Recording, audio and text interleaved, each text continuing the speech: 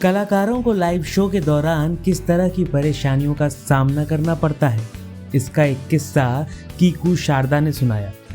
The Kapil Sharma show के जरिए दर्शकों के दिलों पर अपनी छाप छोड़ने वाले कीकू शारदा ने नवभारत टाइम्स से खास बातचीत की। इस दौरान उन्होंने बताया कि कैसे लाइव शो में पलक के गेटअप में उनके साथ छेड़छाड़ हुई थी। कीकू ने कहा, लाइव शो के दौरान भीड़ थी, मैं पलक के गेटअप में था और लगा कि पलक खतरे में है। फोटो खिंचवाना फैंस अपना हक समझते हैं। ऐसे में एक बार लाइव शो के बाद भीड़ इतनी बढ़ गई कि पलक के गेटअप में ही मुझे वहां से भागना पड़ा। उस रात मुझे उसी गेटअप में डिनर करना पड़ा। बाथरूम जाने के दौरान तो मैं खुद सोचने लग गया कि आखिर किस तरफ जाऊं।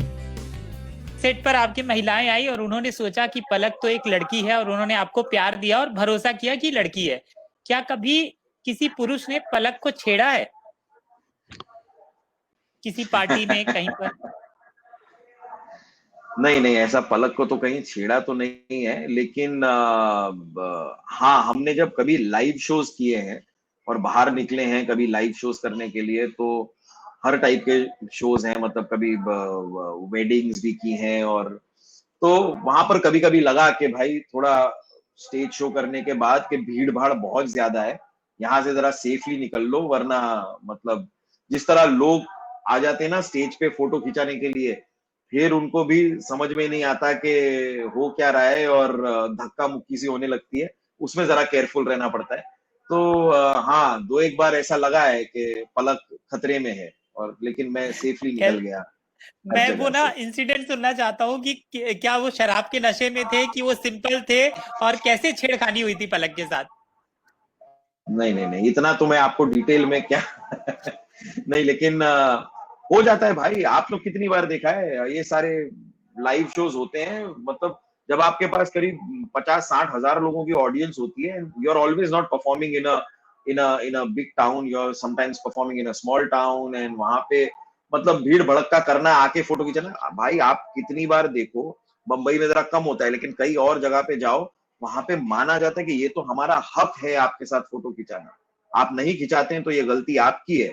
मतलब वो कंधे पे हाथ रख के खींच के घुमा देते हैं और कैमरा सामने लेकर आते हैं कि चलो फोटो खींचो, मतलब मेरे साथ।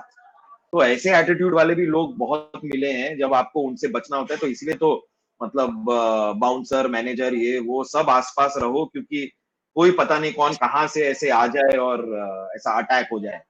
तो हाँ, लेकिन एक बार मुझे याद है कि एक बार पलक बन के हमने कहीं शो पे परफॉर्म किया और भीड़ बहुत ज्यादा हो रही थी, तो हम दौड़ के जो ऑर्गेनाइजर है उनके घर पे चले गए कि डिनर वहां पे है। अब क्योंकि भीड़ की वजह से घबरा कर हम भागे थे वहां से, तो इसलिए हम फिर चेंज नहीं कर पाए। तो जहाँ कोई गेस्ट हाउस था उनका, तो गेस्ट हाउस पे ऑर्गेनाइजर के पूरा मैं भी था और भी हमारे कलाकार साथ में थे, डिनर पे चले गए। वहां पे खाली वही था कि अब मैं पलक के गेटअप में ही डिनर भी कर रहा हूँ, ऑर्गेनाइजर के घर पे डिनर भी चल रहा है और मैं पलक ही बना हुआ हूँ, और फिर वो गेस्ट हाउस में फिर वॉशरूम गया मैं, तब वहां पे जेंट्स और लेडीज के जो दो दरवाजे थे, वहां मैं खड़ा होकर कंफ्यूज हुआ कि अब कहाँ जाऊं, क्योंकि मैं बना तो पलक हुआ हूँ और फिर कोई देखे कि ये लड़की ऐसे जा रही है जेंट्स टॉयलेट में, तो चल क्या रहा है। तो बस वही एक कंफ्यूजन था जीवन में, बाकी सब ठीक है। मैं तो वो कहानी खोज रहा था कि कीकू शारदा, पलक बने कीकू शारदा को जब अपनी इज्जत बचा के भागना पड़ा, तो वो आपने नहीं नहीं, नहीं आप खोज बताई। तो रहे थे, वो आपको मिलेगी नहीं। नहीं मिलेगी, मैं आज मैं जानता हूँ। आपके हाथ आया हूँ, तो मैं आज आपके हाथ आया हूँ तो